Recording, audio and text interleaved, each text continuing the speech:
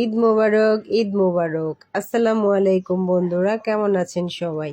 আজকে আমি আপনাদের সাথে সকাল থেকে কি কি রান্না করলাম তো এটা শেয়ার করব। তো এখানে আমি দুধ জাল করে রেখেছিলাম গতকালকে, একদম ঘন করে। দুধটা জাল করে নিলে কিন্তু খেতে ভালো লাগে। তো লাচ্ছা সেমাইটা আমি ভিজিয়ে নিলাম। লাচ্ছা সেমাইটা কিন্তু খেতে খুব ভালো লাগে। তো এখানে নারকেল না হলে কিন্তু ভালো লাগে না, নারকেল কোরানো ছিল, তো নারকেল কোরানোটা দিয়ে দিলাম।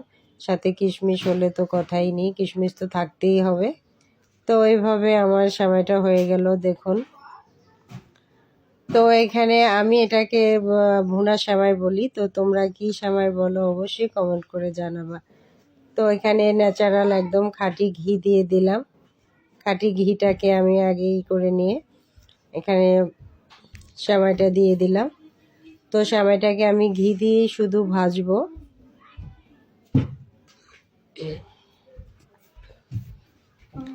এই ভুনা সেমাইটা খেতে কিন্তু অত্যন্ত টেস্ট লাগে, খুবই মজা হয়েছিল।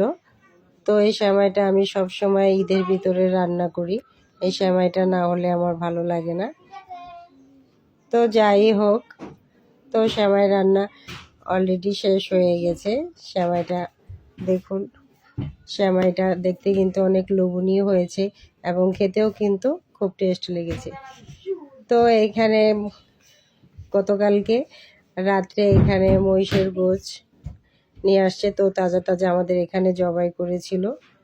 তো এখানে আমি মহিষের গোশটাকে রান্না করলাম। তো মশলার উপকরণগুলো কিন্তু ছিল সব আমার হাতে বাটা। এমনিতে সবগুলো ব্লেন্ড করি, কিন্তু তাজা মাংসর ভিতরে যদি মশলাগুলো হাতে বাটা হয় না, তাহলে খেতে কিন্তু খুব টেস্ট লাগে বন্ধুরা, তাজা মাংস যেহেতু। তো এইভাবে মাংসটা রান্না করে নিলাম। আর মহিষের গোশের সাথে আজকে তো একটু বৃষ্টি ছিল, তো বৃষ্টি হলে তো আমাদের মুন্সিগঞ্জের মানুষের কথাই নেই, বৃষ্টি হলে আমাদের তো খিচুড়ি থাকতেই হবে। তো মহিষের গোশ আর খিচুড়ি ছিল। খিচুড়িটা, হ্যাঁ, মাংসটা দেখুন, রান্নার কালারটা কত সুন্দর আসছে এবং দেখতেও কিন্তু খুব লোভনীয় ছিল।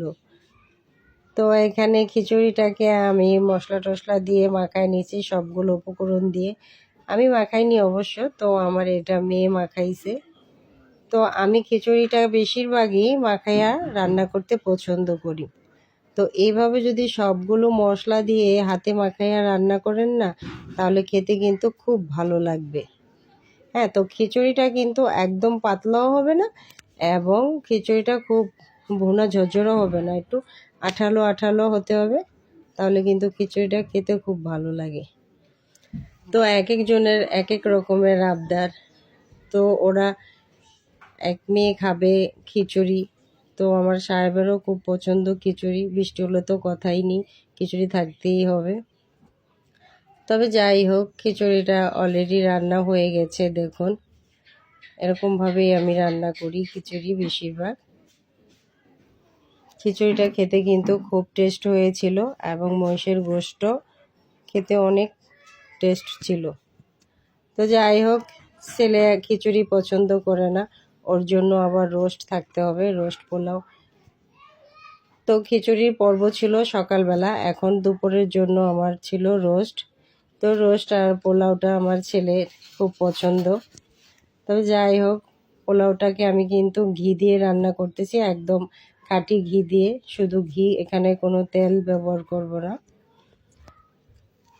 তো বন্ধুরা, এই অনেক দিন হলো আমি বড় ভিডিও বানাই না, ভিডিওটা খুব লং হয়ে গেছে। তো বন্ধুরা, আমার ভিডিওটা ভালো লাগলে লাইক কমেন্ট করে শেয়ার করে পাশে থাকবেন। ভালো থাকবেন সবাই। আল্লাহ হাফেজ, ঈদ মোবারক। দেখি।